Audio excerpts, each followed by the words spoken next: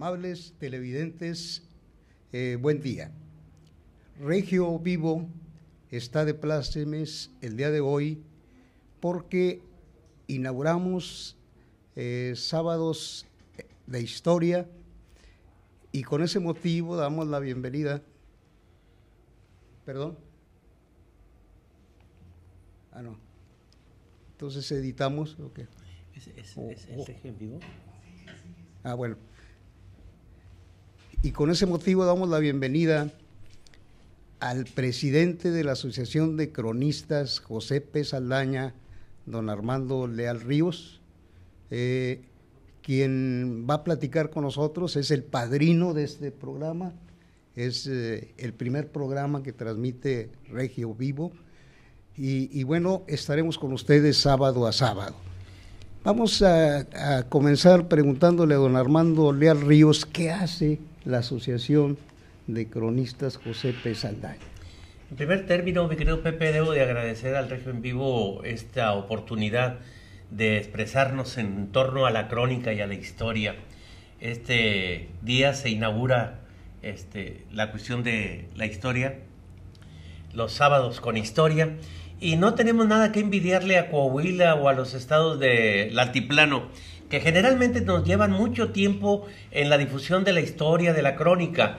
Nosotros lo veíamos allá en el año de 1980, cuando éramos estudiantes del Colegio de Historia de la Facultad de Filosofía y Letras, en especial con Héctor Jaime Treviño, de lo avanzado que tenían ellos en la conciencia y la difusión de la historia.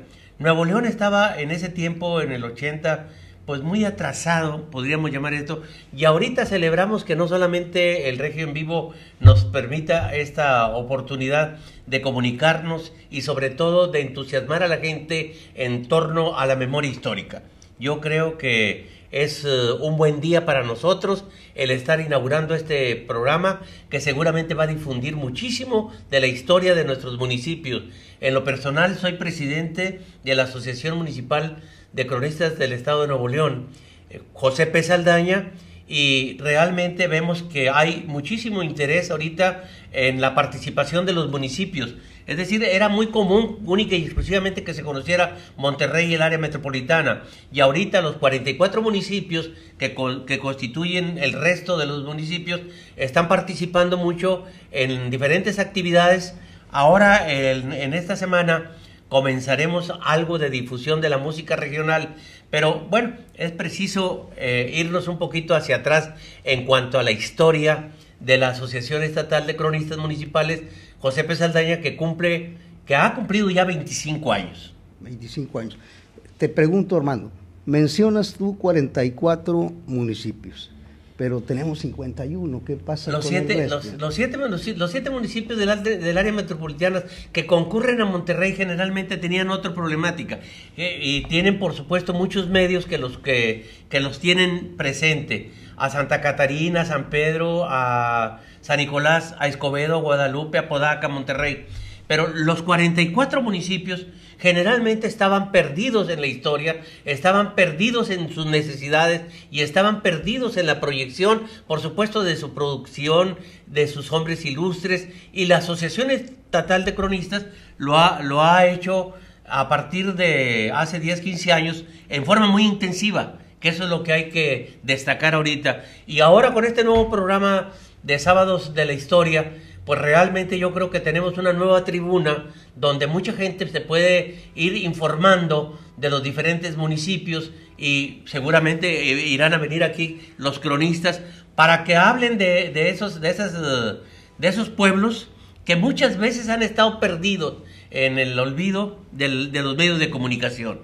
Eso es una situación que nos halaga, nos complace, y creo que vamos a iniciar esto con buena vibra. Vamos a iniciar esto recordando cómo fue que se creó la Asociación Estatal de Cronistas hace ya más de 25 años en la hacienda de San Pedro, en Suazua, reunidos ahí con Celso Garza Guajardo y Héctor Jaime Treviño.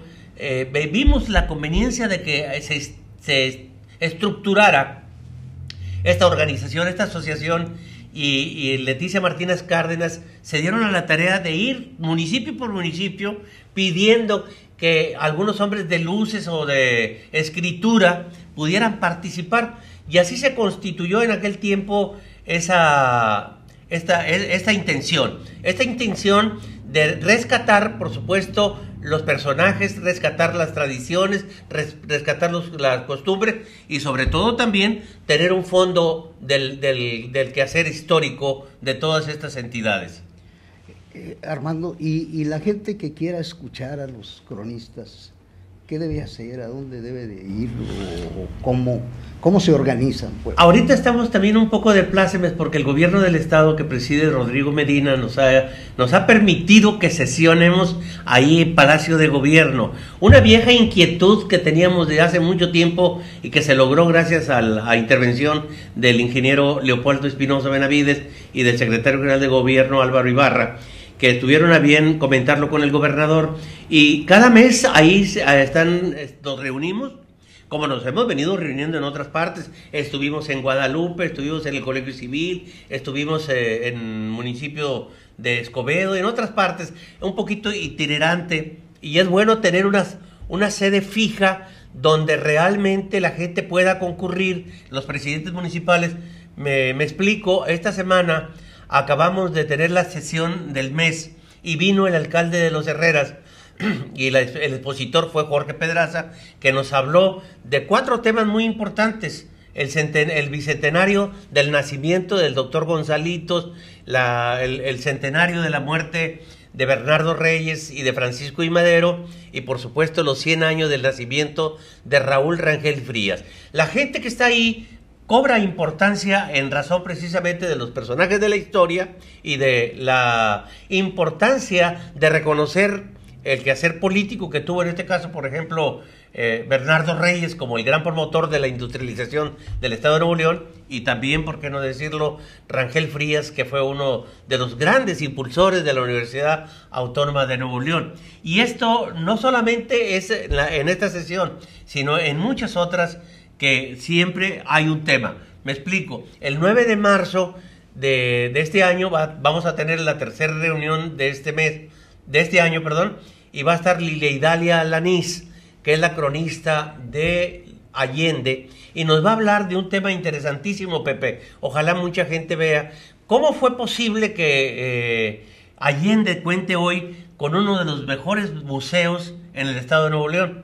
Ya tenemos uno en Montemorelos, ya tenemos otro en Linares, ya tenemos uno en Lampazos, y creo que en Bustamante, Carlos Gómez, que es nuestro cronista, también gestionó por intervención mismo del pueblo otro museo. Y esto es importante, como importante es Sábado con Historia, porque rescata la memoria de los nuevoleoneses, porque rescata las cosas más sentidas de ellos. Y yo creo que hemos avanzado mucho en los 25 años de Café con de la Asociación de Cronistas, y debo de reconocer que uno de los grandes impulsores de ellos, o los grandes inspiradores de ellos, fue el maestro Israel Cavazos Garza, que es el cronista de Monterrey, como lo fue don José P. Saldaña, que obviamente así se llama, por supuesto, la Asociación de Cronistas, José P. Saldaña. Oye, Armando, nomás para no perdernos, ¿a qué hora sesiona? Y preguntarte si es gratuita la entrada. Absolutamente. Nosotros siempre estamos sesionando a las 11 en punto de cada mes. Por ejemplo, el segundo sábado. El segundo sábado de cada mes sesionamos ahí en el Palacio de Gobierno, en el Salón Fray Servando Teresa de Mier y Guerra, a las 11 en punto. Y en esta ocasión también ingresó como socio honorario, porque estamos también invitando a mucha gente apasionada de la historia, como fue el licenciado Francisco Javier Gutiérrez, que él hizo un trabajo extraordinario de los 188 años del Tribunal Superior de Justicia, y pronto está por ingresar nuestro amigo Jorge Longoria, que es un cronista urbano también muy importante, y luego estaremos invitando también a otras personas jóvenes que se interesen por la crónica. Digo, es imposible que el maestro Israel Cavazos, por ejemplo, sí pueda cubrir todo el espectro urbano de la ciudad de Monterrey, o Carlos González en San Pedro Garza García, o Francisco Arredondo en Guadalupe, o Ramiro Estrada en Apodaca, es decir, o Juan Ramón Garza Guajardo en Escobedo. Por esa razón estamos pidiendo a los jóvenes que se interesen en esto, a que nos acompañen en las reuniones, que repito, son el segundo sábado de cada mes en el Salón Fray Servando Teresa de Mier y Guerra, ahí en el Palacio de Gobierno, estrictamente a las 11. ¿Y para ser socio qué se requiere?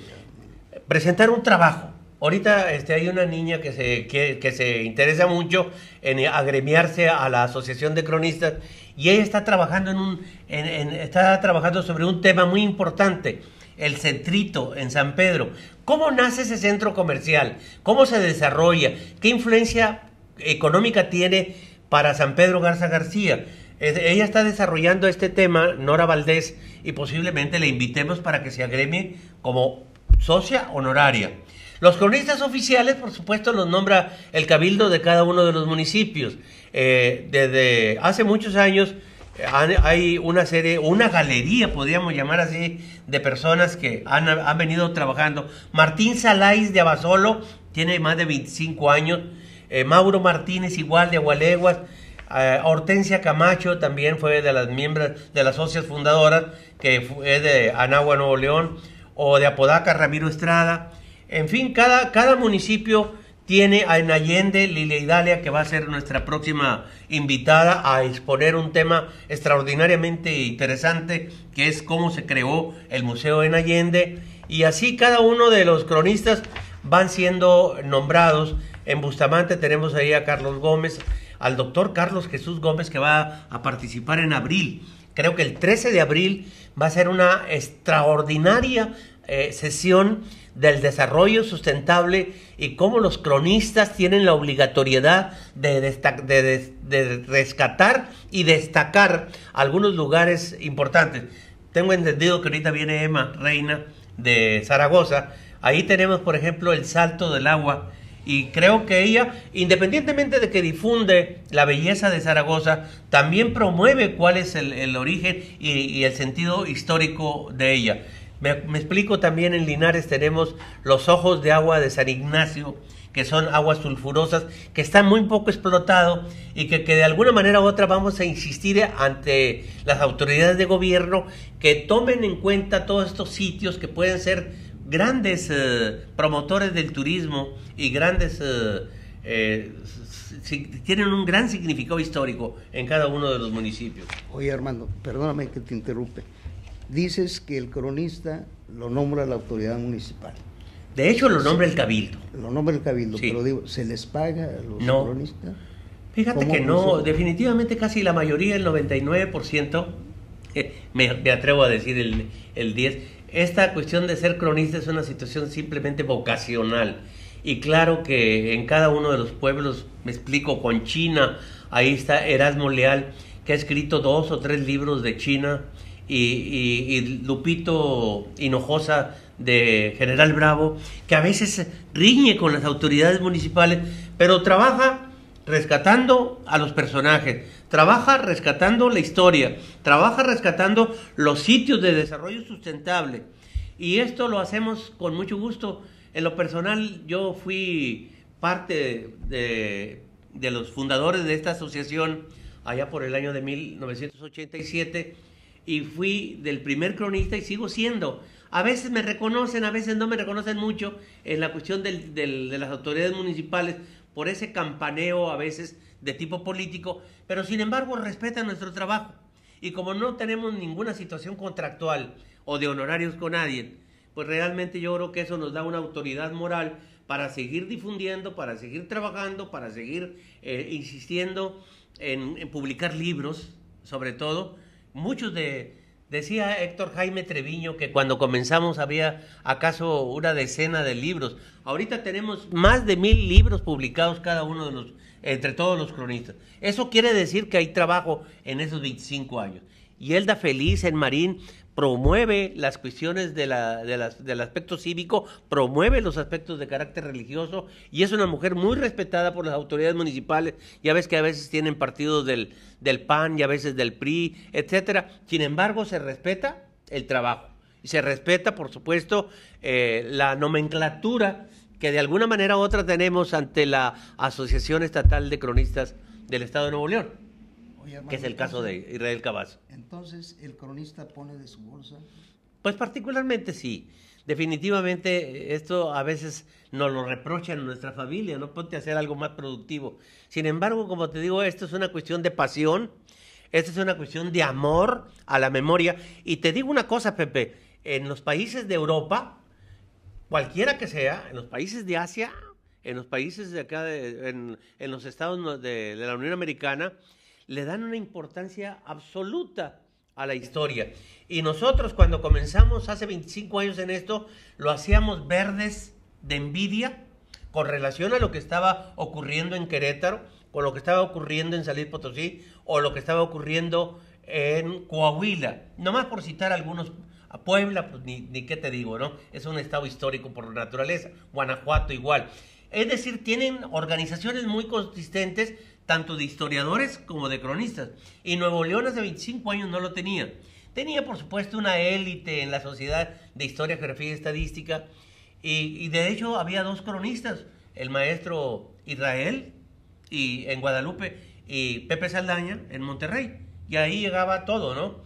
Y en este caso un grupo de jóvenes, que éramos entonces, ya no lo somos, nos dimos a la tarea de ir sobre esta propuesta que ha sido afortunada, y creo yo que con el respeto que nos dan los medios, creo que vamos avanzando mucho, porque es muy bueno que tanto los periódicos como los medios electrónicos nos están tomando en cuenta, y eso lo agradecemos, y ahorita en este momento al ingeniero Leopoldo Espinosa, pues mucho más, que nos da esta oportunidad de que cada sábado vengan los cronistas que expongan bajo un guión lo que a sus municipios corresponda.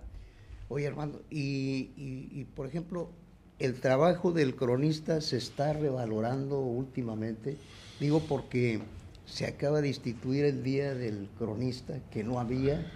El día 30 ahí. Como que los empiezan a acercar. Qué buena observación haces. El Congreso del Estado nombró el 31 de agosto como el Día del Cronista, y vamos a ir a celebrarlo con toda pompa y con todo interés a Cadereyta, a San Juan de Cadereyta. Ya estamos hablando con el alcalde a través de nuestro cronista ahí, el doctor Tijerina, para efecto de que lo volvamos a hacer. Ya lo hice el año pasado. Yo ya estaba ya como presidente en agosto del año pasado. Ahora, si Dios nos permite, ahí estaremos para recordar a Alonso de León, que es uno de los extraordinarios cronistas que dejó una visión muy interesante del nuevo reino de León y que afortunadamente fue rescatada. Y por supuesto, el lema de la asociación nuestra, según lo tengo visto y andado, es precisamente de Alonso de León. De tal forma que iremos a Cadereyta a festejar el Día del Cronista. Y hay otra propuesta que hace precisamente Juan Alanís, de que tuviese también un reconocimiento jurídico. Es decir, que no estuviera sujeto el cronista a pasiones políticas.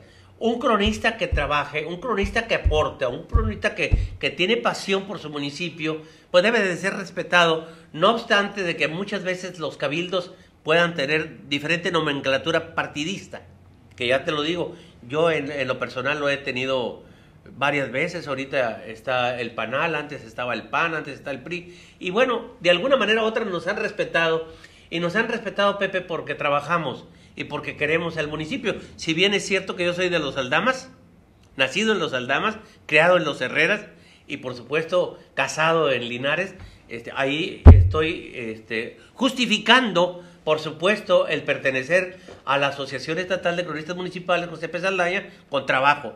Y las autoridades te respetan, a reserva de que en esto es totalmente honorífico.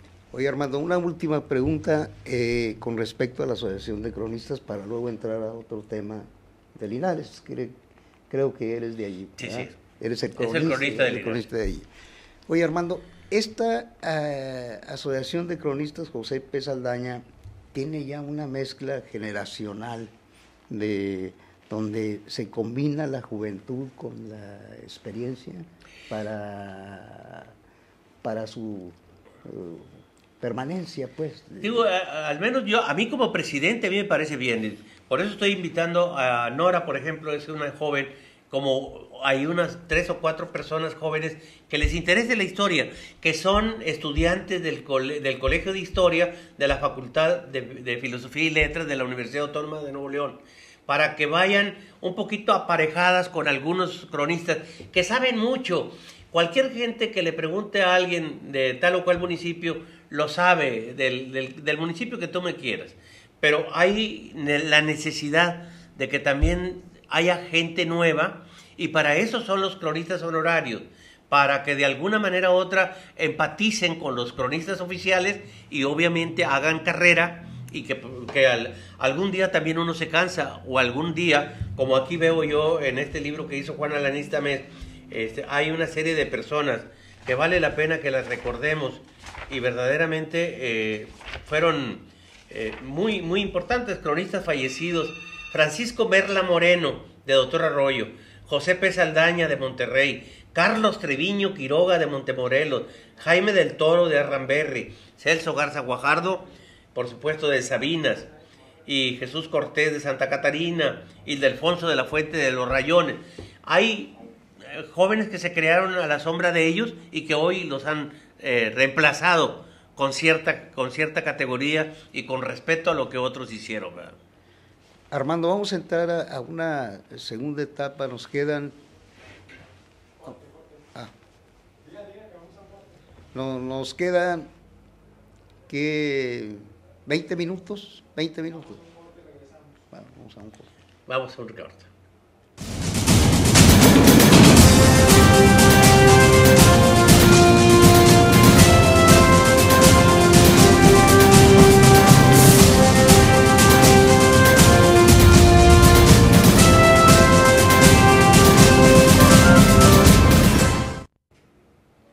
Regresamos con Armando Leal Ríos, ahora con la camiseta bien puesta de cronista de Linares, Nuevo León.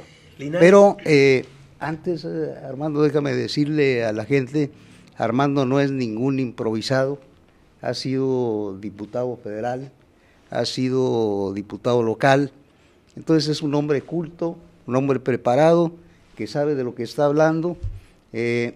Él lo confesó, no es de Linares, pero él es cronista de Linares, y vamos a ver qué nos platica de Linares. Fíjate que eso, qué bueno que lo mencionas.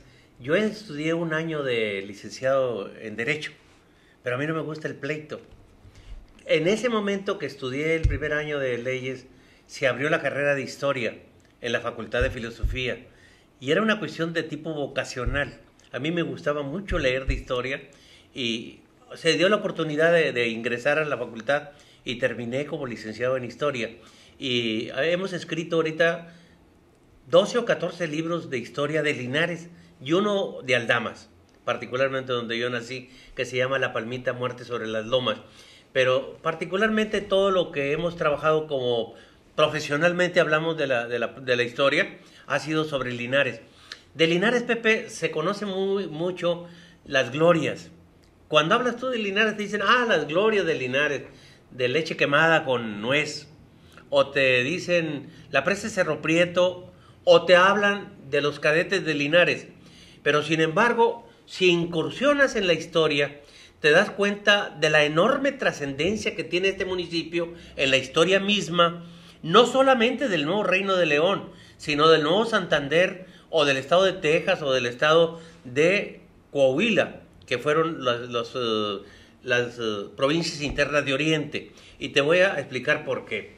Mira, la economía en el siglo XVII fue la ganadería, y Linares está situado en la llanera costera del Golfo. Y al estar situado en la llanura costera del Golfo, estamos hablando de un monte bajo que era propicio para el ganado menor. Y entran por el cañón de Hidalgo, Tamaulipas, los grandes ganaderos, en el año de 1636, Y para el año de 1686 ya hay varias haciendas ahí en el territorio de Linares. La hacienda de Guadalupe, que todavía está, la hacienda del Fresno, la hacienda de San Isidro del Popote o la hacienda de Moras. Y ya para entonces, para el año de 1700, teníamos 500 o 1 millón de ovejas pastando. Y aquí es la importancia de Linares. Linares tiene una salida al altiplano a través del cañón de Santa Rosa. El cañón de Santa Rosa, que como tú sabes, pasa por Iturbide, llega a Galeana y luego sale al altiplano. Pero tienen que pasar por lo que es el territorio de lo que es hoy el municipio de Linares. De tal manera que la fortaleza económica que tiene el nuevo Reino de León está en Linares. Es decir, no va a ser gratuito que se funde este municipio el 10 de abril de 1712 con grandes expectativas políticas, con grandes expectativas económicas, y luego va a servir cosas de la historia como la plataforma que usa José de Escandón para llevar a cabo ese gran proyecto que es el Nuevo Santander, o bien lo que es el estado de Tamaulipas. Y yo creo que de alguna manera u otra todo obedece a una cultura. Las gentes dominantes, los dueños de los ganados, estaban muy identificados con la cultura de la Compañía de Jesús de Querétaro, particularmente porque todas las mercedes concurren a esa cofradía, que claro, tendría que tener algún tipo de embarazo porque las autoridades virreinales o las autoridades del rey no permitían que los grupos religiosos tuvieran bienes terrenales. Entonces siempre utilizaban mayordomos y lógicamente con eso dinamizaban la economía. Y la economía del sur del estado, con sede en Linares, va a permitir, por supuesto, ese gran proyecto de la creación de Tamaulipas, o sobre todo lo que es la cintura media de Tamaulipas, desde Tampico hasta Matamoros, o llegamos a Reynosa y a Camargo, ¿no? Creo que esa acción histórica, mucho tiene que ver la gente de Linares, o Linares mismo como entidad de gobierno. Y una cosa sí te voy a comentar. En correspondencia, el rey Carlos III, tal vez para curarse un poco el mal de conciencia de haber expulsado a los jesuitas y haberles quitado sus bienes, le va a otorgar a Linares algo muy interesante, que se convierta en ciudad. Solamente había la ciudad de Monterrey, la metropolitana ciudad de Monterrey, la ciudad de Cerralbo, y luego será la tercera, la ciudad de Linares, en el año de 1777. ¿Por qué va a ser la ciudad de Linares el 19 de mayo de 1777? Porque es preciso que en las provincias internas de Oriente o en los municipios o en los estados del norte de la República cuenten con un obispado.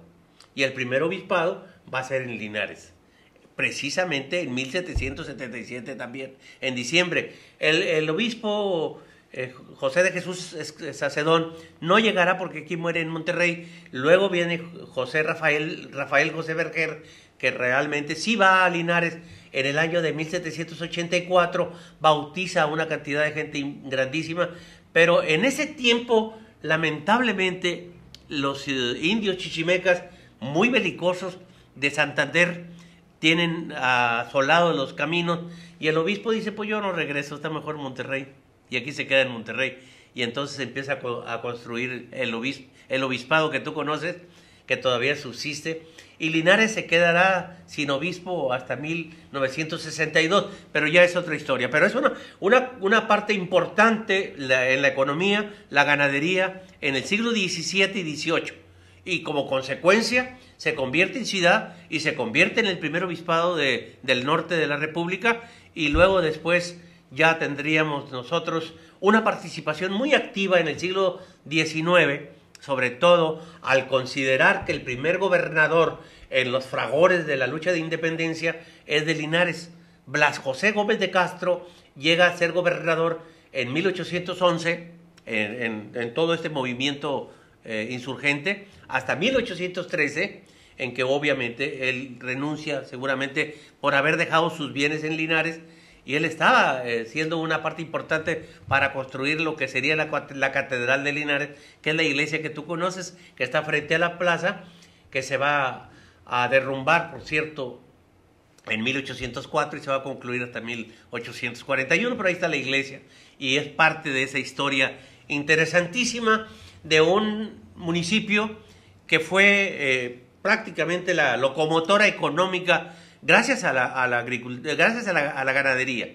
Linares siempre fue extensiones grandísimas, haciendas de ganadería, y ya en el siglo XIX, ¿qué es lo que más se necesita? Mulas y por supuesto caballos. Y Linares va a ser el gran abastecedor de esa movilidad de los ejércitos desde la invasión de Barradas en 1829 hasta la guerra de Texas en 1836, y va a ser parte muy importante en la guerra contra Estados Unidos. Y luego llegará el momento climático, podríamos llamar, de grandeza de un municipio que entrega recursos, que entrega talento, que entrega dinero a la lucha en contra de los franceses. Oye, Armando, trayendo, muy interesante, vamos a seguir hablando de Linares, pero se me ocurre una pregunta. En planes sexenales, porque también ha sido funcionario público, ha sido, bueno, hasta dirigente del movimiento territorial del PRI, y bueno, sabes más o menos cómo está el panorama político, pero en los planes sexenales se ha hablado de que Linares estaba llamado a que se descentralizara ya la población de Monterrey. ¿Qué pasó ahí? El periódico El Quijote, que yo fui subdirector y luego director de 1966 a 1988, en que ya regreso aquí a Monterrey otra vez, siempre tuvo tres grandes causas. Primeramente, insistir, pelear, reñir, que no era justo que tuviésemos una carretera angosta, que era... Yo le llamaba una sierpe venenosa, era una invitación cordial a que la gente se matara. Y peleamos para que Monterrey Linares tuviera una autopista, entendiendo que teniendo una autopista pudiese haber un desarrollo económico. Clemente Serna Martínez, que era un señor promotor de la radiodifusión, tenía contactos muy importantes, sobre todo con Luis M. Farías. Y esa coyuntura se aprovechó para que Linares tuviese un estirón en cuanto al parque industrial. Se hizo un parque industrial extraordinario, con agua y con todo lo que es fuerza de trabajo ilustrada, porque había muchas escuelas técnicas, pero lamentablemente no tuvimos gas. Y cuando vino López Portillo, se hizo ahí la mascarada de que realmente se inauguraba lo que tantas veces luchamos, que nunca jamás podría haber un gran desarrollo industrial si no tuviéramos el gas natural. Lamentablemente, a mí me da la impresión, y lo he comentado con algunas personas, particularmente con el licenciado Rizo, que fue gobernador, que a mí sí me dio la impresión de que el gasoducto se hizo. Lo que no había era gas. En aquel tiempo era muy escaso. Ahorita con la cuenca de Burgos, o bien con algunos otros desarrollos de explotación del gas, podemos aventurar que la promesa que se ha hecho ya reiteradamente, finalmente en poco tiempo tengamos nosotros ya el gas natural, al menos en el parque, que sería por supuesto un disparador absoluto de ese parque que lo vimos crecer desde chiquitito como un bebé en el año de 1962, siempre insistiendo. Ya cuando El Quijote era un periódico dado, se dedicó únicamente a tres cosas: a que tuviéramos una descentralización universitaria, a que tuviéramos gas natural y consecuentemente la industrialización, y sobre todo la autopista de cuatro carriles, que finalmente Carlos Salinas lo vino haciendo. Mientras no tuviésemos nosotros eso, realmente estábamos fritos. Afortunadamente se logró una y se logró dos, porque en el año de 1982, también con el apoyo de López Portillo, hay que reconocerlo, se empezó a descentralizar la cuestión universitaria. Y curiosamente, ahí donde inicia la génesis de Linares, que es la hacienda de Guadalupe, de los jesuitas, Ahí estuvo la vicerrectoría y está la vicerrectoría de la universidad y está la Facultad de Ciencias de la Tierra, que está teniendo ahorita un desarrollo muy importante porque evidentemente muchísimos muchachos egresados de ahí se están yendo a petróleos y están siendo incorporados a una explotación económica que yo creo que es muy prometedora.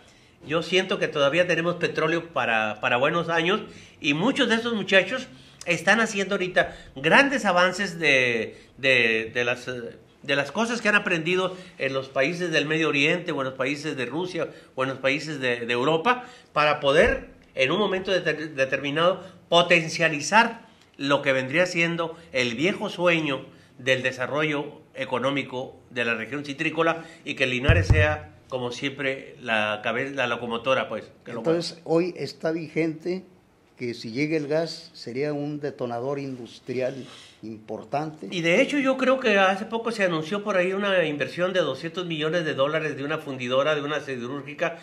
Digo, a mí me parece muy bien. Mira, te voy a explicar una cosa muy importante. Una de las cosas que José de Escandón, cuando creó el Nuevo Santander, quiso hacer fue el puerto de Altamira. Evidentemente, cuando él quiso hacer el puerto de Altamira, se le vinieron a la yugular los mercaderes que tenían su ingreso a través de Veracruz y no lograron, le hicieron grilla y grilla grande, de tal manera que hasta el final yo creo que hasta lo desconocieron como gobernador, simple y llanamente porque Escandón quiso hacer en Altamira ese puerto de altura que iba a ser competencia con Galveston o tal vez con Corpus y sobre todo con Veracruz, que era lo que aquel tiempo fueron los que en aquel tiempo hicieron lo imposible porque se hiciera el puerto de Altamira. Ahora, al puerto de Altamira ve a verlo ahorita y es una realidad. Y ese puerto de Altamira tiene una gran comunicación con Victoria y con Victoria con Linares y con una enorme posibilidad de que pueda hacer un disparador completo de ese sueño de hace mucho tiempo, de que no nada más el área metropolitana tenga ese desarrollo industrial que hoy tiene, sino lo tenga China o lo tenga Anáhuac, pero particularmente Linares, ciudad señera que acaba de cumplir el año pasado 300 años, que tiene una gran fuerza de trabajo capacitada, que tiene una gran herencia de cultura del trabajo y que tiene ahorita todos los elementos para un crecimiento económico. Oye, Armando, un partido político puso por ahí los ojos también para convertir allí en una gran potencia allí, para llevar gobernadores, alcaldes, ¿te acuerdas de eso? Sí, sí. ¿No recuerdas tantito de eso, de esa historia? Pues mira, Linares siempre ha sido una tierra de gobernadores. Yo digo que es una de las grandes glorias que tiene Linares. Linares tiene 21 gobernadores, Pepe. Y no tiene 21 gobernadores porque sean bonitos, a lo mejor ni uno fuera un bonito. Pedro José García del Valle estaba feísimo. Porque a sus herederos, que no me vayan a decir que no, pero ahí están las fotografías de él.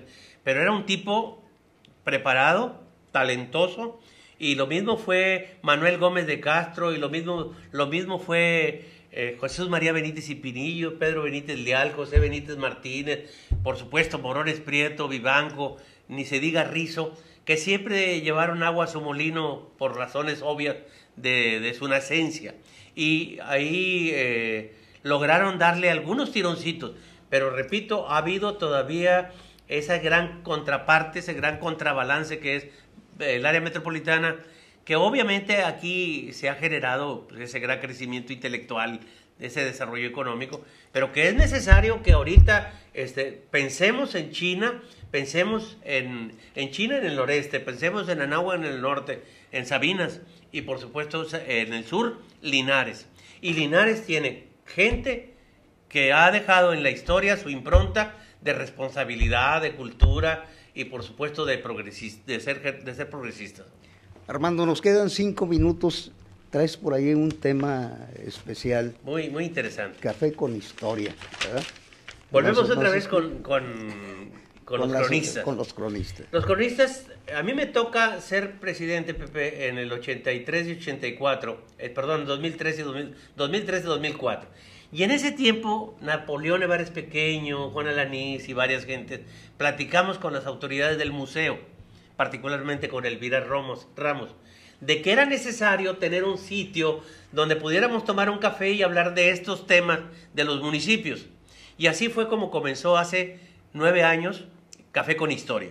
Hemos hablado de los dulces, de las comidas, de las costumbres, de los personajes, de la historia. Y ahora vamos a hablar de la música norteña. Café con Historia invita a todos y cada uno de ustedes a partir del próximo martes 19 de febrero en el Museo de Historia Mexicana, en el mero auditorio del Museo de Historia Mexicana, que va a ser un programón del tamaño del mundo. El doctor Carlos Jesús Gómez Flores, cronista de Bustamante, nos va a hablar de la música norteña, cuestión de sentimientos, y va a llevar grandes representantes de la música norteña, y va a llevar a los que han impulsado la música norteña. Ojalá que nos acompañen el martes a las 7 de la noche. Y luego durante 3 meses vamos a tener, nada más para que se den cuenta, este programón. Kiko Montalvo, el as del acordeón, el febrero 26, con el doctor Tijerina de Cadereyta. Luego tenemos en marzo 5, Los Ramones, cuna de la música norteña, con el licenciado Gaspar Bustillos Muñoz, cronista honorario de Los Ramones. Tendremos el marzo 12, ese ha sido también un programón tremendo que lleva Juan Alanís. Juan Alanís es actor y es cronista y es amigo de los Montañeses del Álamo, y tengo entendido que los va a llevar personalmente para que nos interpreten y hagan revivir y vivir a aquellos que se casaron con estos músicos. Ojalá que vayan ahí, que va a ser un programa muy interesante. Linares no puede estar fuera. ¿Cómo? Si ahí tenemos a los cadetes de Linares con No Hay Novedad. Y eso, yo podía haber tratado este tema, pero va a tratarlo un muchacho que es el encargado del Museo de Linares, que es Abel García. Yo también estaré ahí con él. Los Rancheritos del Topo Chico, de Catarino Leos, con Edelviro Alemán, de ahí del barrio del Topo. Música y canciones de Abasolo. Martín Salais quiere hacer un recuento total de toda la música de Abasolo, sobre todo enmarcado en la importancia de Roberto Villarreal. ¿Quién no ha oído esa canción? Ven a ver lo que queda de un hombre. Y él va a venir con todo un conjunto y va a haber un muy ameno programa. Luego tendremos a la profesora María Luisa Santos con conjuntos regionales de Villaldama, el GTO y los Valle, que son grupos muy tradicionales que encierran el alma, encierran el sentimiento de Villaldama. ¿Todo esto dónde va a ser, hermano? Va a ser en el Museo de Historia Mexicana, alguna vez y otra vez en Mune, que está pegado. O sea, a lo mejor hay tanta afluencia que vamos a compartir los dos auditorios. A las 7 de la entrada es totalmente gratis. Totalmente gratis, que se identifiquen con la cuestión de Café con Historia, y hay café, hay panecillos, y sobre todo vamos a concluir con los 3 últimos programas. Los Alegres de Terán, a Juan Silva y los orígenes de la música de acordeón, con Tacho Carrillo. Tacho Carrillo, usted, ¿quién no conoce a Tacho Carrillo? Que es extraordinario versista. Y Ramiro Estrada de Apodaca va a hablarnos de los camperos, de los compadres, a Bronco. Va a ser, pues tú sabes que Apodaca prácticamente ahorita es monopolista por razones obvias de que ahí hay un gran promotor. Tenemos ahí a Ramiro Estrada hablando de los compadres, a Bronco. Y concluiremos este ciclo de Café con Historia todos los martes a las 7 en los próximos 3 meses con El Palomo y el Gorrión. El licenciado Rafael Alberto González Porras de Arramberri nos va a hablar ahí, y ojalá que estén todos y cada uno de ustedes, que están cordialmente invitados. Armando, te agradecemos mucho tu presencia, muchas gracias por la entrevista. Eres el primero, eres el padrino de este programa. Muchas gracias. Gracias, Pepe. Yo les aseguro que será un magnífico tema. La historia siempre está ahí presente en la conciencia de la gente. A la gente le gusta hablar de sus antepasados y sobre todo de la grandeza de sus pueblos en razón del esfuerzo de ese transcurrir histórico. Y bueno, yo creo que Polo, debemos de agradecerle, por supuesto, que nos brinde esta tribuna, que seguramente va a ser muy escuchada por aquellas gentes amables que nos ven, y sobre todo que todos los sábados estén aquí presentes a partir de la 1, me parece. A partir de las 2. A partir de las 2 de la tarde. A partir de las 2 de la tarde estaremos acá hablando de Sábado de Historia. Sábado de Historia. Y los cronistas estamos para reforzar, para manifestar y para reconocer todos los valores que tienen nuestros municipios. Muchas gracias, hermano. Gracias a ustedes.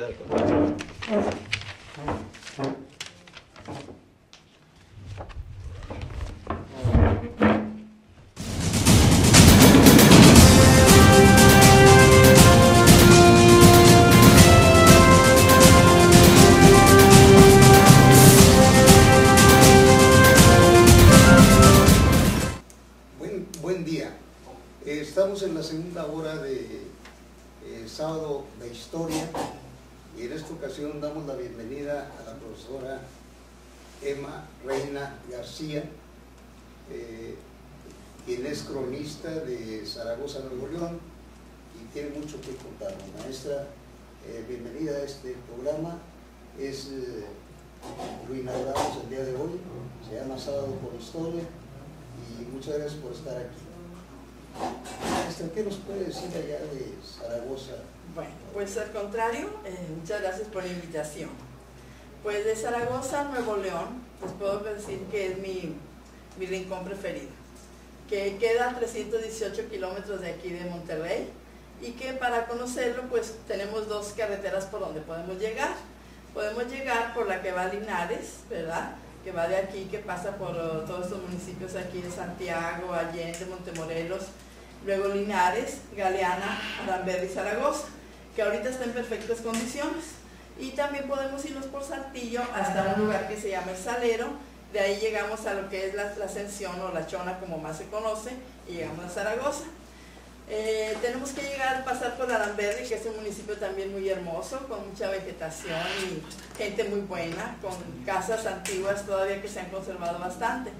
Y de ahí ya son 20 kilómetros a Zaragoza.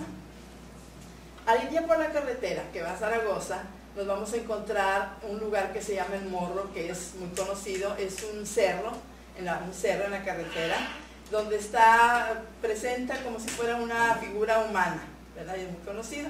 Y de ahí pues vamos a entrar a Zaragoza, llegamos a la Cuesta Blanca, llegamos ya a la entrada de Zaragoza que nos recibe Zaragoza con una entrada con nogales, que los nogales son una de las frutas que hay también por allá. Llegamos a Zaragoza y tenemos la plaza principal. La plaza principal se llegó a llamar Garza Ayala, después Benito Juárez, y últimamente se llamó ya General Ignacio Zaragoza, que claro, que lleva su nombre, ¿verdad? La iglesia de San José de Río Blanco, que era como se llamaba antes, que fue cuando su fundación, en 1626, fue la fundación, fue por Lorenzo de Zamora. Entonces después ya cambió su nombre cuando fue elegido en Villa. Ya fue elegido en Villa porque cuando estaba el gobernador Mariano Escobedo, pues decidió, ¿verdad?, que la batalla del 5 de mayo acababa de pasar 4 años, entonces decidió ponerle ese nombre. Se le puso el nombre de Villa del General Ignacio Zaragoza, que es hasta ahorita, todavía ahorita es Villa. Zaragoza tiene un clima extraordinario, muy fresco, llueve. Tenemos la cascada del Salto, donde nace el río Blanco, que es el río Blanco, que se llama Río Blanco hasta que llega a Tamaulipas.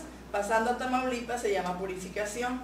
Tiene unas cascadas hermosas, el Velo de Novia, tiene unas lagunitas también, y es muy muy hermoso y nos visita bastante gente. Quiero aprovechar yo para invitar, sobre todo ahora en Semana Santa.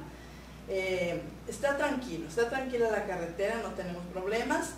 En la plaza hay varios hoteles donde puede llegar la gente, hay restaurancitos y hay también las cabañas del Salto, ¿verdad?, que también se pueden ocupar. Maestra, le interrumpo sí, un poquito. Sí. Hay gente que piensa en lugares turísticos para vacacionar, por ejemplo, Cancún, Tamaulipas. Aquí, ¿con cuánto puede viajar una persona a Zaragoza? Pues es muy económico, porque si se van en carro se va a gastar muy poca gasolina. Los hotelitos, por ejemplo, los del centro, que están bien equipados, que están muchos de ellos nuevos, cuestan 300, 350 la habitación con 2 camas grandes. Entonces una familia a veces muy bien se acomoda en una habitación. La comida que se da en Zaragoza, el platillo no llega más que a 60, 70 pesos, a veces hasta menos también. Y es comida misma hecha al momento, fresca, donde nos brindan, por ejemplo, el asado de puerco, el picadillo. Ahora en Semana Santa pues nos van a brindar los nopalitos, los cabuches guisados, el caldillo, que es algo muy tradicional en Semana Santa, que es un caldillo que se hace de papa con cilantro, los orejones lampreados, y pues también la trucha, porque allá en Salto tenemos trucha muy buena. Ahorita hay una trucha salmonada muy buena, que la gente si quiere puede ir y pescarla. Paga una cuota para pescarla, pero también puede comprarla y ya se la dan ya limpia y todo, y pues ya nada más de asarla o hacerla como guste, ¿verdad? En turismo, ¿cómo andamos ahí? En turismo, bueno, vamos a decir que estos 3 años bajó como en todas partes, ¿verdad? Pero ya ahorita ya está otra vez repuntando, ya vemos que la gente misma del pueblo empieza a ir, que otras personas también van, y ya me ha tocado encontrarme gente en los últimos meses ya que visita Zaragoza, porque pues lo visitan por su gente, lo visitan por su clima, y claro, porque todo lo que va a encontrar. Porque si hay gente que le gusta el excursionismo, pues va a encontrar lugares para excursionar, para subir a la montaña. La montaña más alta que tenemos ahí es de 3,000 metros, ¿verdad? Tenemos el Cerro del Viejo también. Entonces hay gente que le gusta eso, ¿verdad? ¿El boleto cuánto costará allí? El boleto en autobús. En autobús. En autobús es muy económico, cuesta como 350, y los que estamos con la credencial del INSEM, pues le cuesta la mitad. Mucha gente ha optado por ir en autobús. Tenemos muy buen transporte. Hay unos que son directos, otros que no, que hay que salir en la escondida y luego tomar otro autobús, pero no da ningún problema. Entonces tenemos varias salidas de ida y de vuelta para viajar a Zaragoza. Síganos contando entonces. Sí, entonces pues de la historia les diría que fue erigido en villa en 1866 y que después ya que el capitán Fernando Sánchez de Zamora fue ya los que empezaron a gobernar ahí, ¿verdad? En Zaragoza en esa época existían las juntas patrióticas que ahora ya no existen, ¿verdad? Donde eran tipo de comités que estaban siempre al pendiente de todos los eventos cívicos. Por ejemplo, el 5 de mayo convocaban a que se hiciera una cabalgata, pero no una cabalgata como las que se hacen ahora, sino que era una cabalgata que ellos invitaban a ciertas personalidades, iban a caballo, hacían con el pabellón tricolor, claro, que era lo importante, iba el alcalde, daban todo el recorrido, y finalmente pues había algún evento pequeño. Eso ya no se acostumbra ahora. También tenemos que en Zaragoza, la iglesia de San José de Río Blanco, que es muy importante, fueron franciscanos los que la fundaron, ¿verdad? Y se acerca ya la feria, que es ahora en marzo. Tenemos la feria del 17 de marzo al 21 de marzo. Entonces es muy importante también que la gente nos visite, porque se siguen conservando todavía las tradiciones. Por ejemplo, el día 17 se hace la cera, que es una procesión que sale de alguna parte de alguna casa, donde los niños y las señoras, antes eran las niñas, pero ahora son niños y señoras, salen de una casa portando las velas, ¿verdad? Ya al llegar, hacen la procesión, al llegar a la iglesia está el señor obispo, que es el señor obispo de Linares, el señor Batres, entonces ahí ya recibe la cera. Y luego empieza la ceremonia. Para esto a San José pues se le viste con su ropa más bonita, al niño también se sabe que lleva al niño cargando aquí, ¿verdad? Y luego el 19 de marzo es el día principal, que es por el día de San José. Ese día también, la cera sale de un lugar como decimos nosotros, de la parte de abajo de Zaragoza y de la parte de arriba, porque para poder encontrarse ya en la iglesia. Después ya se encuentran en la iglesia, todos van con su vela, todos van a veces con un listón verde y amarillo, que es por el traje del señor San José, y llegan a la iglesia y el estandarte, y ya el obispo lo recibe también, ya se hace toda la ceremonia. Y en las noches, pues hay bailes, esos días hay bailes, ¿verdad? Y todo eso se hace ese día. Y pues, ahí está la feria que se hace en el pueblo, donde hay pues lo típico, los puestos que ahora nosotros como cronistas decimos pues sí, ha cambiado mucho, ¿verdad? Pero ¿qué hacemos? Por ejemplo, ahora va la Rueda de la Fortuna, cosa que antes nunca iba porque pues teníamos los caballitos, pero no caballitos de estos sofisticados ahora, con luces y todas esas cosas. Los caballitos que nosotros teníamos eran caballitos de madera, algunos ya destartaladitos, pero para nosotros era un gusto andar dando la vuelta en los caballitos, en los cochecitos, y además nos encantaba porque la escuela está en contraesquina de la plaza, la Escuela Ignacio Zaragoza. Entonces no faltaba que niño llegara y nos dijera, ya llegó don Miguelito, ya llegó don Miguelito. ¿Y quién era don Miguelito? Don Miguelito era el varillero.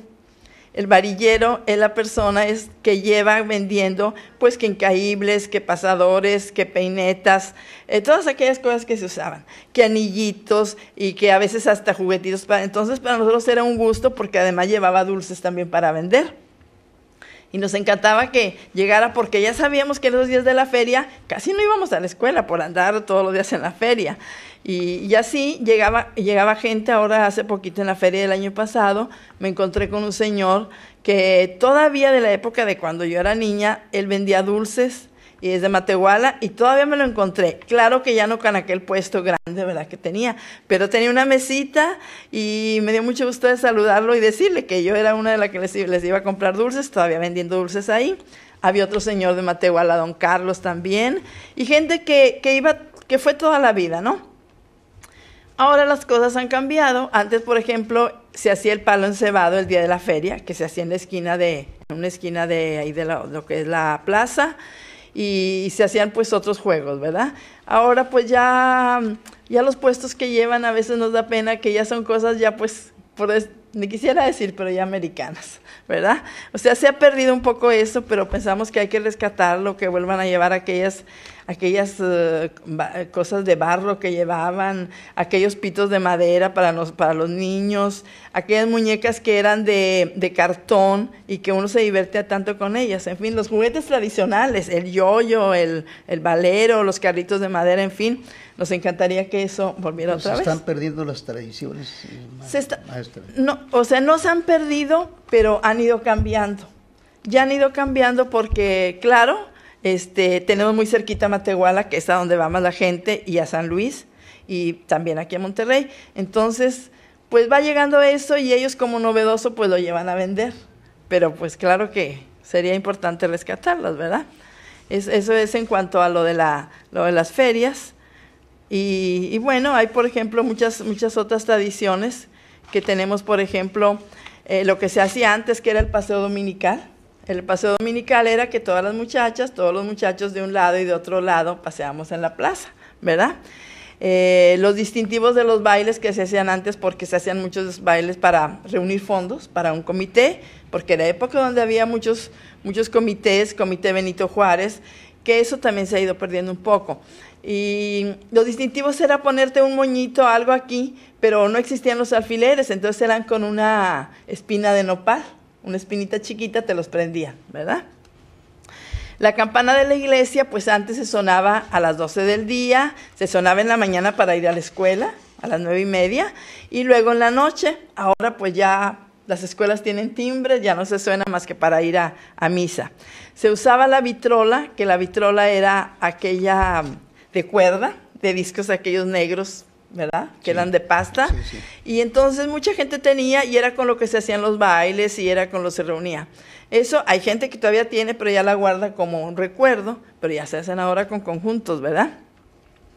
Las lámparas que había cuando todavía no había luz eléctrica en Zaragoza se llamaban anchones. Entonces en cada esquina había un poste grande y se ponía un bote de lámina y adentro se le ponía ocote. El ocote sabemos que viene del pino y que prende y no se apaga, ¿verdad?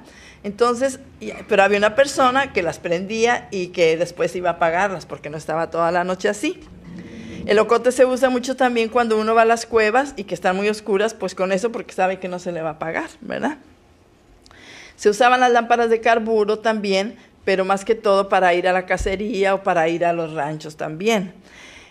Otra de las cosas, el panadero, los panaderos de adobe que se usaban, todavía se usan y todavía, por suerte, podemos comer todavía el panecito que se hace en panadero, las gorditas de horno que se hacen también, podemos comer la miel de maguey, que va y se saca de un maguey con una cocote, que es una especie de acacia, y se absorbe la miel, ¿verdad? Pero un día antes se tiene que raspar, tiene un raspador propio, se raspa en la noche y para en la mañana ya está el maguey con la miel. Luego pues se sigue todavía trabajando el barro, donde hacen también comales las señoras, y había una cosa muy bonita que me sigue gustando a mí los cumpleaños. Cuando había cumpleaños y que era por decir que el director de la escuela, que el doctor, o sea, gente así importante, se anunciaba muy temprano en un tocadiscos. Y entonces todo el mundo nos dábamos cuenta quién cumplía años. ¿Y cuál era el regalo? El regalo era llevar en una bandeja, porque usted sabe que pues aquellas personas usaban loza fina, ¿verdad? Una bandeja, en esa bandeja se ponía un ramo de flores del jardín de tu casa, una marqueta de chocolate y luego una tarjeta, pero una tarjeta antigua de felicitación. En esa tarjeta se escribía algo, pero siempre se escribía un verso. Entonces era eso muy romántico y de repente tenemos por ahí algunas tarjetas y de repente hacemos eso para acordarnos un poco, ¿verdad? Y revivir un poco la tradición. Eso era también. También en Zaragoza se usa todavía en algunos ranchos la olotera, que está formada de los olotes del maíz, es redonda, y ahí la gente se hinca y desgrana el maíz. Ahí desgrana el maíz para no estarlo desgranando con las manos, que pues, se batalla bastante, lo hace todavía existe también. Existe también la Oaxaca, que es una especie de bolsa que va tejida en ixtle. Ellos mismos tallan el ixtle, ya sabemos que ellos lo tallan, desgraciadamente se les paga muy barato, y luego tejen esa Oaxaca para llevar ahí su ixtle, o pueden llevar otras cosas también. Y el guaje, que bueno, ahora ya no se usa mucho, pero el guaje también se usó mucho, sobre todo para los campesinos cuando iban a la labor o cuando iban a otro rancho, llevar agua o llevar aguamiel. Y llevar, como no acordarnos de las gorditas que les llamábamos las paseaditas. Las paseaditas todavía las hacen, son unas gorditas gruesas, luego se hace un guisado de chile colorado con huevo, salsita, y se les pone en medio, y entonces, ¡ay, no! ¡Qué sabrosas! Porque el mantelito llega todo manchadito del chile, ¿verdad? Pero son muy sabrosas, son las paseaditas, son muy tradicionales de Zaragoza, y todavía se acostumbra a que se hagan. Oiga, maestra, ¿esto de las paseaditas es durante todo el año o nomás en cierta...? No, durante todo el año. Todo el año. Los señores todavía muchos, le diré que allá casi nadie utiliza el tractor. 1 o 2 personas que yo conozco, la mayoría todavía usa el arado, ¿verdad? Y todavía tiene, pues a veces vive en Zaragoza, pero tiene que ir a sus ranchitos que están lejos o que va en la mañana y regresa en la tarde, y pues tiene que llevar las paseaditas, ¿verdad? Pero también se llegó a usar mucho la portavianda. No sé si ustedes se acuerdan, la portavianda era, que acabo de comprar una precisamente porque andaba yo tras de eso. Eso era una especie de, como 4 vasijitas de peltre. Y entonces van así, entonces la gente las colgaba así y pues se llevaba que huevito, que picadillo, que frijolitos, según lo que llevara. Entonces, muy útil, ¿verdad? Lo acabo de conseguir hace poco. En gastronomía Zaragoza también es muy importante porque, bueno, ya dije cuáles son los platillos, pero también se hacen dulces de calabaza, de biznaga, de leche. Hay una gran tradición de esos dulces de leche que, como no recordar a la profesora Ernestina Aguilar, que fue una gran maestra, ella hizo más de 50 años de servicio y hacía dulces de leche que eran riquísimos, don Emeterio también. Entonces hacen también de biznaga, de leche, de chilacayote, ¿verdad? Entonces, pero también en Zaragoza, aparte de todo esto que les estoy diciendo, hay algo muy importante. Personajes que se distinguieron porque anduvieron en la revolución. Entonces tenemos algunos personajes como de ahí de Zaragoza, don Nicolás Borja Moreno, que fue uno de los que se enfrentó con los carrancistas y que la batalla fue precisamente ahí en la plaza. Ellos quemaron la iglesia, inclusive todavía están las vigas con las señas del incendio que se hizo para quemarla, ¿verdad? Entonces estuvo también don Ladislao Medellín, que él también fue muy conocido aquí porque él fue uno de los que se incorporó a las filas en 1913, a las filas de Gustavo Madero. Pero todos estos personajes que estuvieron en la revolución estaban con el general Alberto Garrera Torres. Esta gente era de Tula, Tamaulipas. Llegó ahí toda la familia de ellos, Francisco Alberto Carrera Torres, Juana Torres, la mamá, todos eran revolucionarios, y hasta la mamá, que ahorita vamos a ver una fotografía, está con las carrilleras, está retratada en Zaragoza, porque ellos pusieron ahí un destacamento y vivieron ahí. Ahí está una casa que ojalá y un día podamos poner una placa ahí, porque Alberto Carrera Torres la gente lo quería mucho, porque decían que era muy bueno, que aparte de andar con ellos luchando, ayudaba mucho a la gente. Entonces siempre se quedaron con ese recuerdo.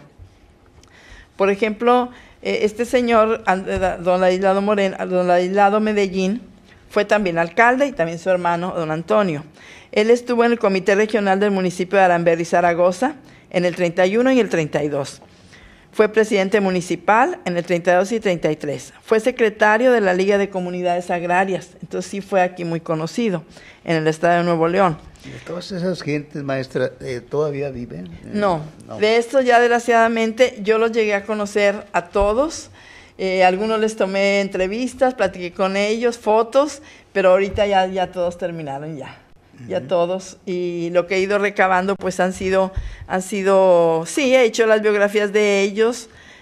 También estaba, por ejemplo, Felipe Cerda, Nuncio Pérez, que fue un personaje también muy importante, Gertrudis Sauceda, Alberto Carrera Torres, Antonio Medellín. Antonio Medellín era hermano de Ladislao, pero él no anduvo en la revolución, él estaba más chico, pero sí nos llegó a contar algunas anécdotas, ¿verdad? Entonces, pues fue muy importante por eso, fue muy importante porque, como le digo, en 1913 fue el combate y toma de la Plaza de la Villa por fuerzas orozquistas, y los ganaron los de Zaragoza. Entonces, hay mucho que platicar. Ahorita vamos a ver algunas fotos. Aquí tengo, por ejemplo, dice Ernesto Serna Nava, general brigadier del Ejército Mexicano, actualmente pensionado, certifica que Nicolás Borjas Moreno se incorporó a las fuerzas revolucionarias que mandaba el extinto general Alberto Carrera Torres el día 10 de mayo de 1913. El 4 de agosto de 1913 combate y ataca en la toma de Plaza de Guadalcázar, estado de San Luis Potosí, contra las fuerzas huertistas del batallón de Corona. El 11 y 12 de agosto del mismo año combate en la hacienda La Paloma, Ciudad del Maíz. Y así, aquí tengo todo su registro de lugares donde anduvo. Él anduvo hasta Tlaxcala, Tampico, en muchas partes de la República, porque no andaban solamente ahí. Y él andaba con su novia, que era Jovita Grimaldo. Jovita Grimaldo sabía leer y escribir, don Nicolás no sabía. Don Nicolás llegó a ser alcalde más tarde, y 2 hijos de él también. Entonces Jovita le enseñó a escribir, y tenía él un amigo que era Jesús Reina, que en ese entonces tenía 13 años, y lo llevaba con él, y entonces él era el que le hacía las cartitas a Jovita. Le hacía las cartitas a Jovita, y entonces decía que don Nicolás, que le decía siempre: Jovita, si salgo con bien, nos casamos. Y seguían, ¿verdad? Y nos casamos. Y ahí me decía don Nicolás, yo lo que llegaba era pues llegábamos a robar, porque teníamos que robar y que saquear, pero yo los zapatos para Jovita, dice, a los que me preocupaban, los zapatos para Jovita. Y después, ya que se terminó la revolución, ellos se casaron en Doctor Arroyo. Finalmente se casaron, tienen sus hijos, ahorita todavía vive uno de los hijos con 85 años, que lo acabo de ver hace poquito, es el único que vive ya todos ya fallecieron. Pero le cumplió. Le cumplió, y ahí está la foto, la vamos a ver, y vamos a ver la foto como él, creo que él está sentado y ella está parada, como se usaba antes, ¿verdad? Como se usaba antes. Oiga, maestra, yo le quisiera preguntar, ¿cómo se involucra una cronista en los problemas, en los problemas sociales de su municipio? Pues, ¿cómo diré? Es muy bonito. Primero, porque tiene uno que amar al municipio. Es un municipio que yo adoro, que yo amo. He estado fuera del país un tiempo, pero mi Zaragoza nunca lo olvidé, y tal vez fue lo que me hizo regresar. Estuve fuera 9 años, pero me hizo regresar. Porque no sé, la gente es buena, tiene uno muchos recuerdos desde que te acuerdas cuando, por ejemplo, el fotógrafo, que era un señor Gurruchaga, creo que era de Doctor Arroyo, un señor grande, que te asustabas cuando te tomabas la foto. Entonces, todos esos recuerdos de niña te hacen que te involucres, y te hace que convivas con la gente, y que trates de que toda la gente tienes que aprender de ella, de toda la gente. Entonces yo, de cada gente que platico con ella, que la entrevisto, bueno, me queda una satisfacción de aprender y por eso estos revolucionarios, qué bueno que los conocí, porque ahorita, como lo digo, ya todos murieron, son varios, hay cancioncitas, hay recitaciones, hay cosas que me contaron. Hicimos de esto le estoy hablando, 25 años, pusimos en el periódico Los Revolucionarios de Zaragoza viven en el olvido para llamar un poco la atención. Y entonces pues hicimos el evento del 20 de noviembre, fuimos aquí, la gente, logramos reunir una cooperación y ahí se les mostró, porque en realidad ellos estaban olvidados. ¿Y la autoridad municipal sí colabora con el cronista? Sí colabora, sí colabora, gracias a Dios, sí. Ahorita pues tenemos alcalde nuevo, está con mucha disposición, ya platicamos, traemos muchos proyectos que hacer, que ojalá que se nos cumplan. Uno de ellos es el de restaurar unas tumbas muy antiguas del panteón, que no queremos porque de repente cuando vamos ya no existen. Ay, no, yo ahorita ando sobre eso, de que esas tumbas se tienen que rescatar porque son las más antiguas, porque son importantes y que hay que circularlas para que la gente no las vaya a destruir, porque tiene que haber primero un reglamento, es lo que le decimos. El panteón estar cerrado, abrirse cuando se necesite y habrá un reglamento, porque si no, al rato eso va a desaparecer. Entonces sí tenemos muchos proyectos. Llegamos a poner la placa para los revolucionarios, que fue algo muy bonito que se gestionó, que se cumplió con arte. Llevamos la placa y en esa ocasión pues fue una excursión de ahí, fuimos muchos de los cronistas y ellos quedaron muy satisfechos, ¿no? De que se hubiera, no la quisimos poner afuera por el viento y el aire, pero se puso en el museo que tiene ahí el municipio. Entonces ahí se puso y estuvo su hijo de don Nicolás. Solamente pudimos poner 2 nombres porque no nos daban más espacio. Y estuvo su hijo, sus nietos, su familia de Zaragoza también. Y también quisiera decir que ahí en Zaragoza hay un museo que la señora Elvira Reina Castillo siempre se ha dado la tarea de recabar cosas importantes, antiguas, cosas de nuestro pueblo, ¿verdad? Y entonces ella está siempre dispuesta a la persona que vaya de fuera a explicarle, a mostrarle su museo, ¿verdad? Y además ella hace artesanías, le gusta mucho pintarlo, todo lo de artísticas. Y luego tenemos el museo que es en el Sedeco que apenas se está formando, ¿verdad? Porque le faltan todavía muchas cosas, pero se está formando. Hemos hecho exposiciones de fotografías he reunido unas 100 fotografías antiguas de Zaragoza, unas no muy antiguas, pero en blanco y negro, porque todavía, ¿verdad? Pero a la gente le ha gustado eso también, porque va la gente y dicen, ay, que mi abuelito, que mi tío, que no sé qué, que esta no la tenía. Y bueno, entonces eso también ha sido bonito. Maestra, vamos a una pausa. Sí. Nomás para ver cómo va a acomodar sus fotografías. Muy bien. Y regresamos en un momento. ¿Cómo no? Claro que sí.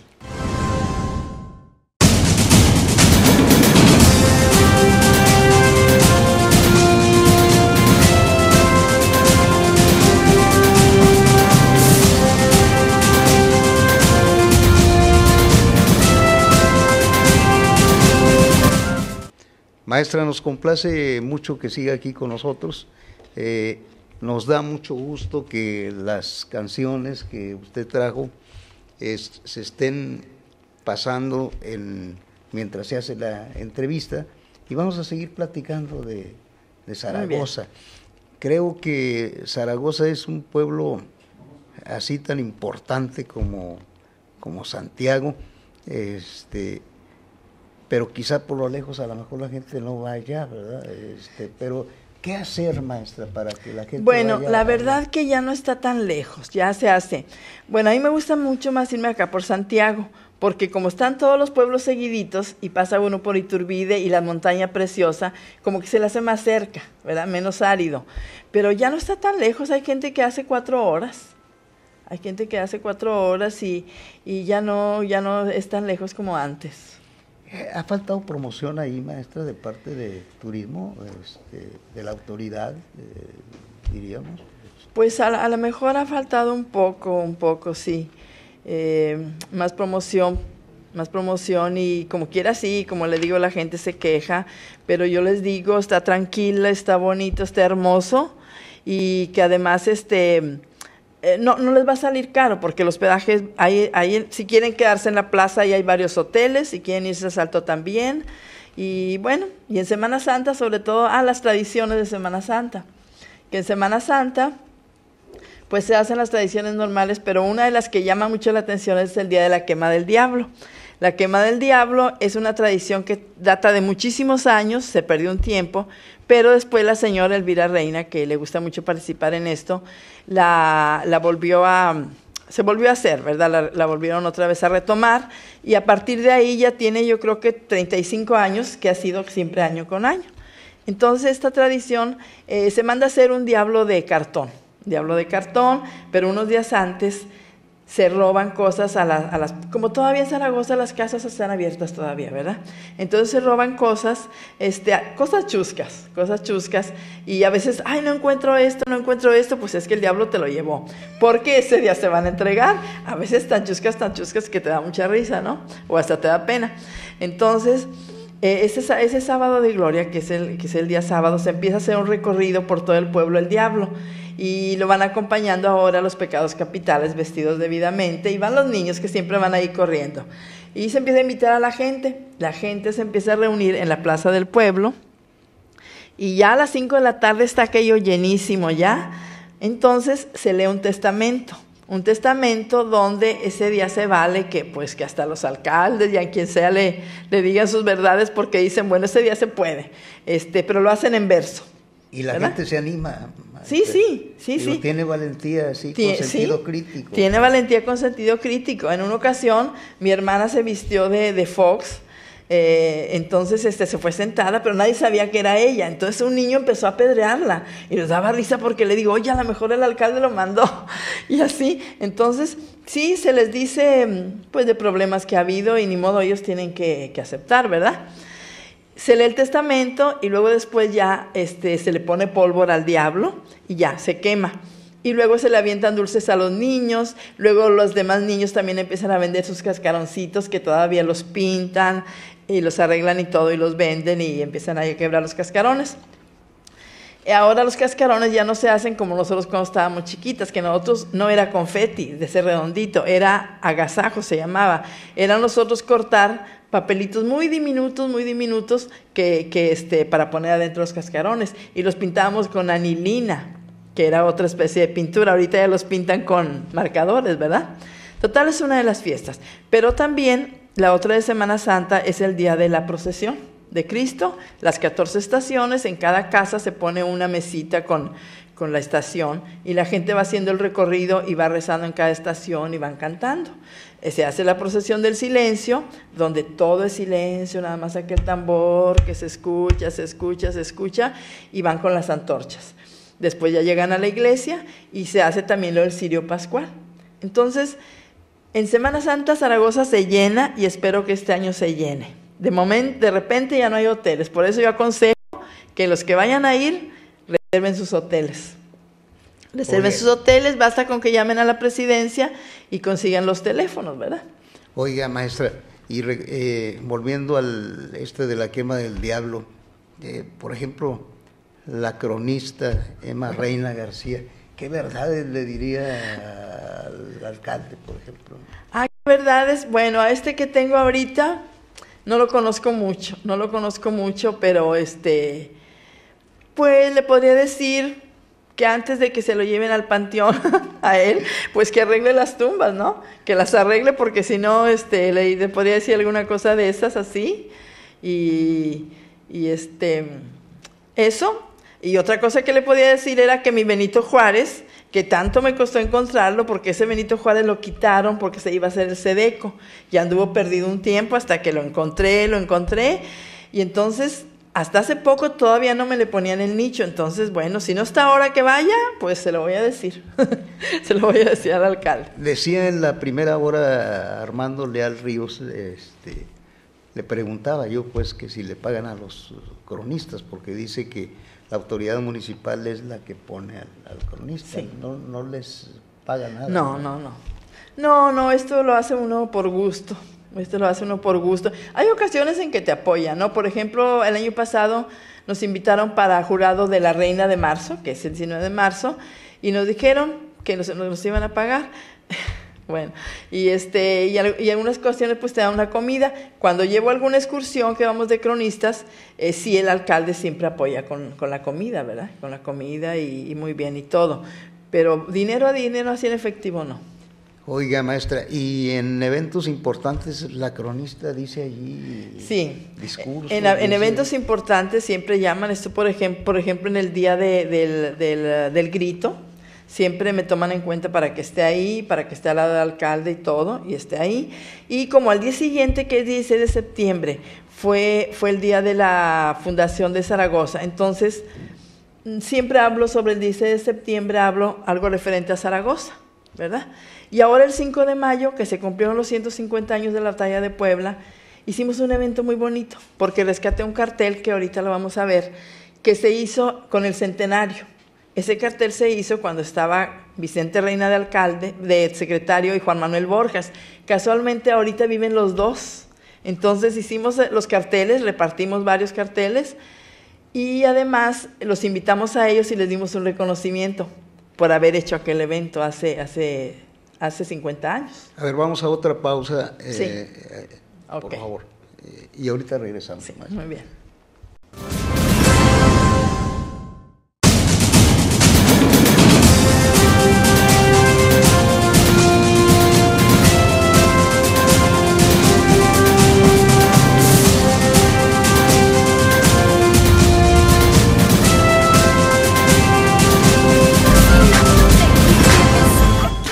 Estamos en los minutos finales ya de esta entrevista, maestra. ¿Trajo usted por ahí algunas canciones? ¿Nos explica de qué se trata? Sí, bueno, estas canciones son de personas de ahí de Zaragoza, que algunos pues ya fallecieron, son personajes que anduvieron en la Revolución, algunos, y otra es de una señora que su mamá, que fue revolucionaria, doña Jovita Limando, le enseñó esas canciones, es la señora Elena Borjas, y la vamos a escuchar también ahorita. Las vamos a escuchar. Sí, es un rescate de canciones que se hizo. La de Elena. Ok. La tarde era triste, la nieve caía, cual blanco sudario los campos cubría, ni un ave volaba ni oías un rumor, ni un ave volaba ni oías un rumor. Apenas la niña que al lado tirita le dice: no sientes la nieve a tus pies, le dice: no sientes la nieve a tus pies. Mis pies nada sienten, responde con calma, que el frío que yo siento lo llevo en el alma, y el frío de la nieve más duro no es, y el frío de la nieve más duro no es. La tarde. Maestra, estas canciones son compuestas así en... Sí, esa canción la señora Elena Borjas ya falleció. Fue una señora de la cual ya tengo su biografía muy, muy importante ahí en Zaragoza. Y su mamá fue la esposa de don Nicolás Borjas Moreno, revolucionario, que fue maestra por más de 30 años. Entonces ella le enseñó estas cancioncitas. Ahora quiere escuchar otra, maestra. ¿Cuál sería? Vamos a escuchar el corrido agrarista. Agrarista.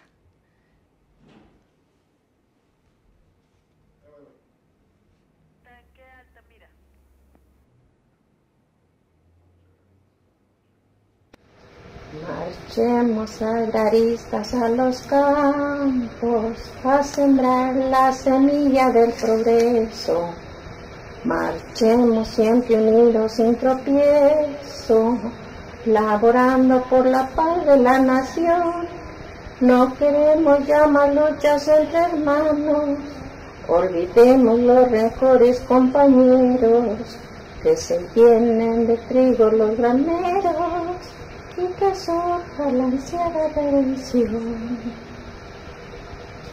Voy a empezar a cantarles la canción del agrarista. Les diré muchas verdades, señores capitalistas. Es el cantar de los pobres que en el campo trabajamos, los que con tantos sudores nuestras tierras cultivamos.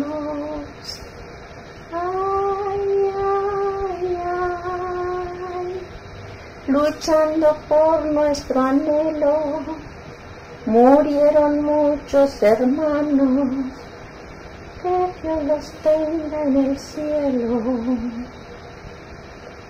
Siempre trabaja y trabaja, siempre bebiendo al tiendero. Y al levantar la cosecha salía perdiendo el medidero. Nuestras chozas y locales siempre llenos de tristeza, viviendo como animales en medio de la riqueza.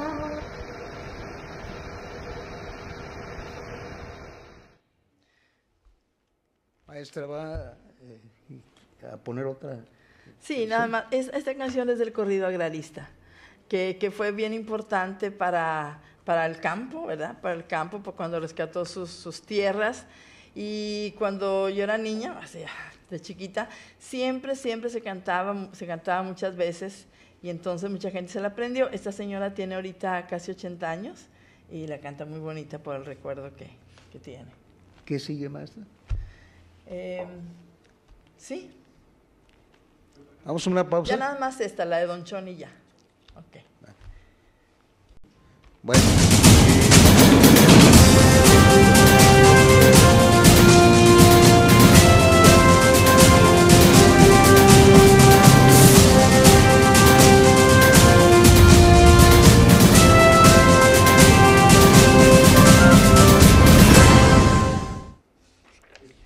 Para finalizar esta entrevista, maestra, vamos a escuchar la canción de Don Chon. De Don Chon.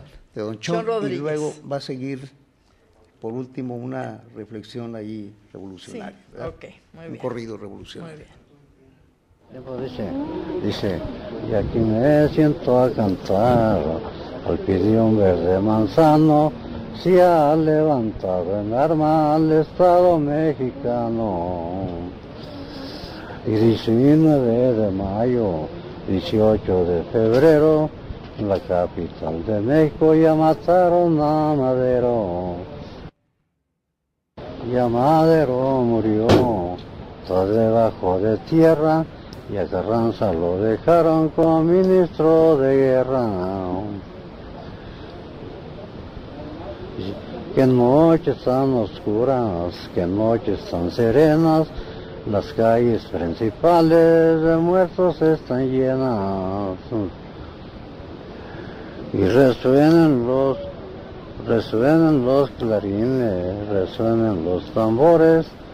No, dice, resuenan los tambores, resuenan los clarines, que ahí viene el cañón niño tumbando los fortines. Y varios asesinos y varios generales traicionaron a Madero en compañía de Pinos Juárez. Dice, y aquí me siento a cantar, al pie de un verde manzano, se ha levantado en arma al Estado mexicano. Y 19 de mayo, 18 de febrero, en la capital de México ya mataron a Madero.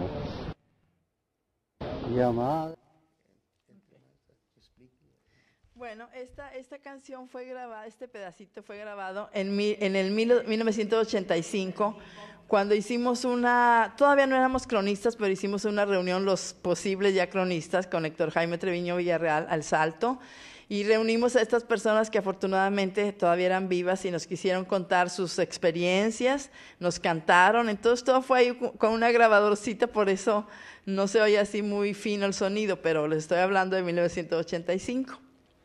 Bueno, finalmente, maestra, nos va a leer el corrido del Regimiento Zaragoza. Y también nada más quería decirle de que las alabanzas son unos cantos que también de los pueblos, sobre todo de Zaragoza, y que todavía se usan. Y yo tengo recabado un libro que me ofrecieron, y todavía hace un mes que estuve allá, me tocó estar en un velorio, y todavía se fueron cantando las alabanzas hasta el panteón. Entonces quiere decir que todavía en algunos lugarcitos de Zaragoza se siguen cantando. Unas son para en la noche, unas son para en la madrugada, otras son para el día. Y depende de si la persona es angelito. Si es angelito la persona, se truenan cohetes, ¿verdad? Y se viste de San José si es hombre y de María si es mujer. Y si no, también las alabanzas para adultos. También esa la tengo grabada, que ya será para otra ocasión. Les voy a leer el corrido del Regimiento Zaragoza. Nuestro regimiento, como ya saben, estaba formado por bastante gente y hay bastantes todavía dichos que tenemos. Corrido del Regimiento Zaragoza. Lo voy a leer tal y como está escrito. Dice: el 19 de marzo este suceso pasó. En la congregación de Raíces, el federal se rindió. Pues entraron los villistas, hoy todos muy resolvidos. En menos de media hora tenían 14 rendidos. Por eso les digo yo, hay que a nadie se sienta. ¿Cómo podrían de ganar si eran 8 para 80? Decía el mayor Medellín, se trata de arrancar, hacer fuego en retirada para podernos salvar. Feliciano Castilleja nunca les hizo parada. Lo que trató fue arrancar con las barras que llevaba.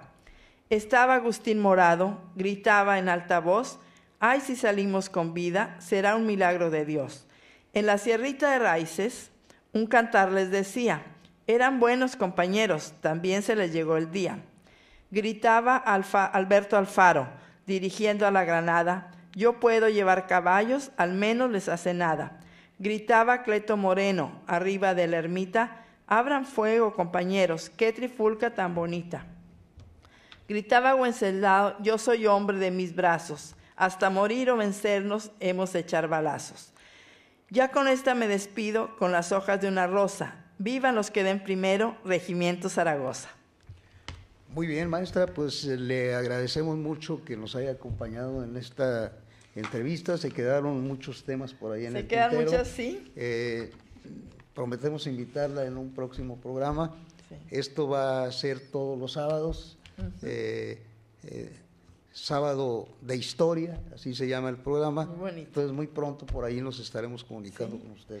Este corrido me lo regaló un señor en su casita de adobe. Él tenía un papelito todo así amontonadito, amarillo ya, y lo tenía incrustado así en la pared en el adobe. Y cuando yo lo fui a entrevistar y a platicar con él, me dice: le voy a regalar algo. Y le digo yo: ¿qué? Esto. Cuando él me lo dio y lo leí, dije yo: esto es un tesoro. Ay, no, un tesoro, que lo tengo aquí y que me lo van a grabar. Ya tengo hablado a la persona que me va a grabar este corrido, el corrido agrarista, el corrido de Adiós Muchachos, la marcha, y canciones de cuando yo era niña, de que me acuerdo, y canciones de la Revolución. Entonces va a ser una cosa muy hermosa. Muchas gracias. Yo quiero agradecer a usted, el licenciado Leopoldo, por invitarnos, por ayudarnos a promocionar nuestros municipios, que sé que hace muchísima falta, y ahorita es un buen momento para que conozcan nuestros municipios. Los esperamos con los brazos abiertos. Muchas gracias, maestra. Muchas gracias por estar aquí. Gracias. Al contrario.